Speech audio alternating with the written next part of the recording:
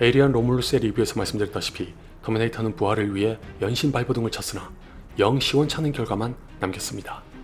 하다하다 터미네이터 다크페이터에서는 사라 코너까지 불러들이고 존 코너를 죽이는 초강수를 뒀음에도 불구하고 도리어 역효과만 일으키는 바람에 실망과 비판을 더 키우고 말았죠. 이 지경까지 왔으니 과연 다음 스텝은 뭐가 될지 궁금했었는데 역시나 터미네이터라는 프랜차이즈를 포기하지 못한 제작사는 연이어 실패한 영화나 드라마 대신에 터미네이터 제로라는 제목의 애니메이션으로 약간은 실험적인 부활을 또 한 번 시도했습니다. 이 애니메이션은 우리나라에서도 유명한 프로덕션 IG가 참여해서 혹시나 하는 일말의 기대감을 가질 수 있었지만 솔직하게 말씀드리면 기껏해야 회당 25분 안팎으로 총 8화에 불과한 애니메이션을 보는 게 얼마나 힘들 수 있는지를 알게 됐습니다. 이것보다 더 짜증나는 게 뭔지 아세요? 불행 중 다행인지 막연한 미련인지 몰라도 터미네이터 시리즈에 대한 신락 같은 희망의 불씨를 남겨뒀다는 겁니다. 지금부터는 약간의 스포일러가 있으니 주의하세요. 터미네이터 제로의 대략적인 줄거리는 여러분께서 아시는 그대로입니다. 스카이넷이 장악한 미래에서 저항군의 싹을 없애기 위해 과거로 터미네이터를 보내고 이 사실을 안 저항군은 그 터미네이터를 막으려고 한 사람을 과거로 보냅니다. 이것만 보면 기본에 충실해도 너무 충실한 나머지 지난 영화들을 고스란히 답습한다는 인상을 줄 수도 있으나 명확하게 다른 특징도 있긴 합니다. 그 전에 먼저 아마 저처럼 이 애니메이션의 정확한 위치가 어딘지 궁금하실 분들을 위해 이것부터 말씀드리는 게 좋을 것 같네요. 공식적으로 어떤 멘트가 있었는진 확인하지 못했지만 개인적으로 터미네이터 제로는 리부트를 겸한 스핀오프에 가깝다고 생각합니다. 시간상으로도 그렇고 캐릭터도 그렇고 우리가 알고 있는 터미네이터 시리즈와 같으면서도 다른 노선을 타고 있어서 스핀오프라고 해도 무방하지 않을까 합니다. 무엇보다도 이 애니메이션은 존 코너를 비롯한 기존의 유산 중 대부분을 과감하게 제외하는 한편 스카이넷과 터미네이터 그리고 시간여행을 차용하되 터미네이터 시리즈에 대한 존중과 연계만큼은 지키고 있어 좋은 인상을 줍니다.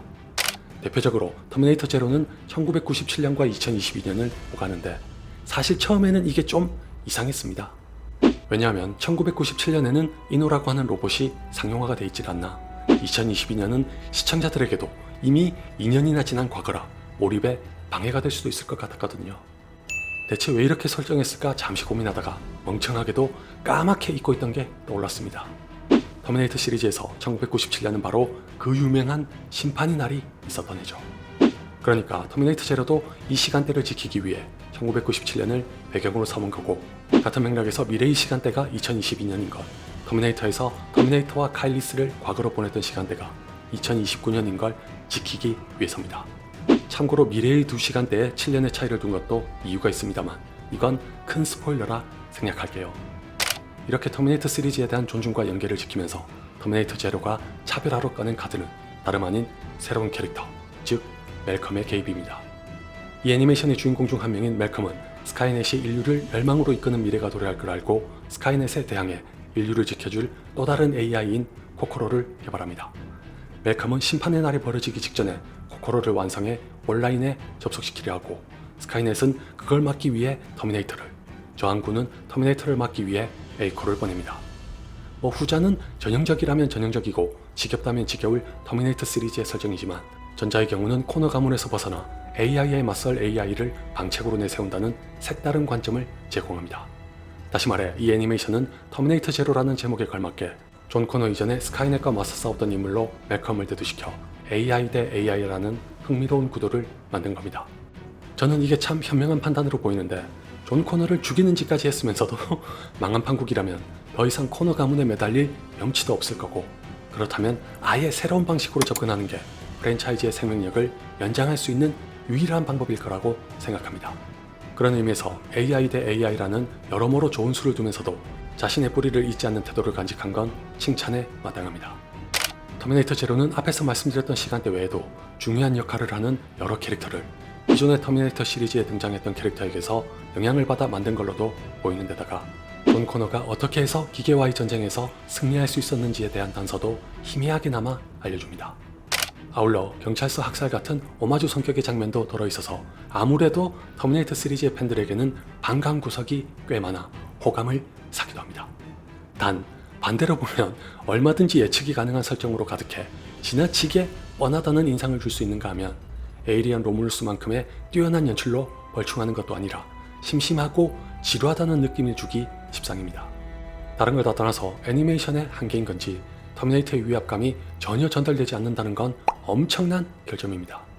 전 여태까지 터미네이터가 이렇게 시시해 보였던 건 처음일 정도였는데 개인적으로 꼽는 터미네이터 제로의 가장 심각한 문제는 따로 있습니다.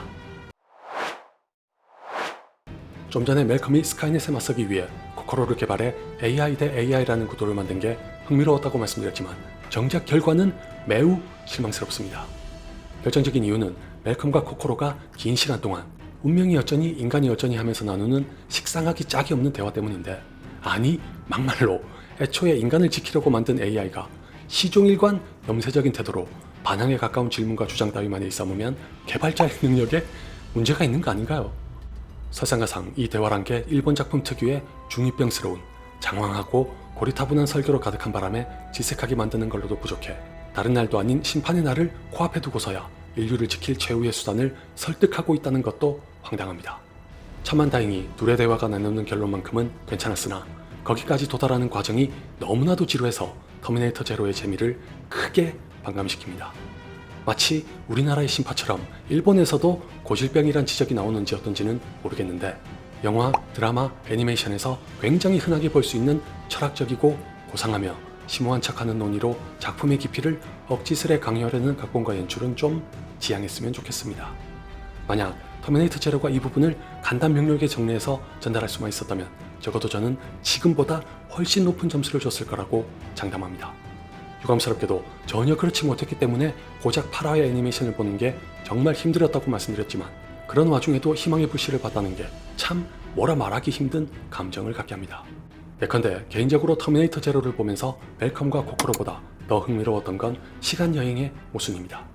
여러분도 잘 아시다시피 보통 타임 패러독스라고 하는 시간여행의 모순은 선후관계에 기반을 두는 것과 달리 터미네이터 제로에서의 타임 패러독스는 마블 덕분에 이제 꽤 많은 분들께서 아시는 평행세계로 인해 발생합니다. 마블의 드라마 중 단연 돋보이는 로키를 보신 분들이라면 금세 이해하실 것 같은데 특정 시간대에 예기치 못한 사건이 발생하면 새로운 가지가 뻗어나가면서 평행세계가 생성됩니다. 이 평행세계는 원래의 세계와는 같으면서도 달라서 새로이 뻗어나간 시점부터는 미래가 어떻게 될지 아무도 모릅니다. 이걸 터미네이터 제로에 대입하면 에이코가 설사 자신의 임무를 완수한다고 해도 에이코가 속해 있던 미래는 달라지지 않습니다. 즉, 스카이넷이 과거로 터미네이터를 보낸 것도 알고 보면 아무런 영향을 주지 못하는 거죠. 에이코가 과거로 오기 전에 이 사실을 듣고 그렇다면 자신이 과거를 바꾼다고 한들 다 무슨 소용이냐고 묻자 예언자로 불리는 할머니는 그 질문에 대한 답이 바로 인간과 기계의 차이니 스스로 찾아야 한다고 말합니다. 따지고 보면 저 할머니가 알고 있는 걸 스카이넷 같은 고도의 AI가 모른다는 게 다소 무리한 설정으로 느껴지기도 하지만 역시나 이것도 기존의 터미네이터 시리즈와는 다른 관점을 제시했다는 것에서 전 상당히 마음에 듭니다. 뻔하디 뻔하면서도 분량을 잡아먹고 리듬을 망친 멜컴과 코코로의 대화에 비하면 에이코의 에피소드는 꽤 잘 풀린 편이기도 해서 더더욱 안타깝습니다.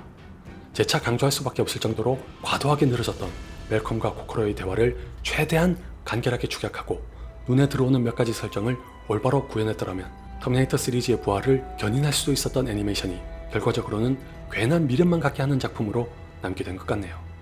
차라리 다크페이트처럼 모든 면에서 시원하게 망했으면 역시 넌 뭘 해도 안 되는구나 라는 마음으로 편안하게 보내줬을 텐데 터미네이터 제로는 제작사의 입장에서나 팬의 입장에서나 깔끔하게 포기하지 못하고 또 한 번의 기회를 엿보게 할 것 같아서 짜증납니다. 당장 저부터가 이 애니메이션의 설정을 이어받아 보완한 다음에 영화로 만들면 터미네이터 시리즈의 제도약을 가져올 수 있을지도 모른다는 기대가 싹트기 시작했습니다.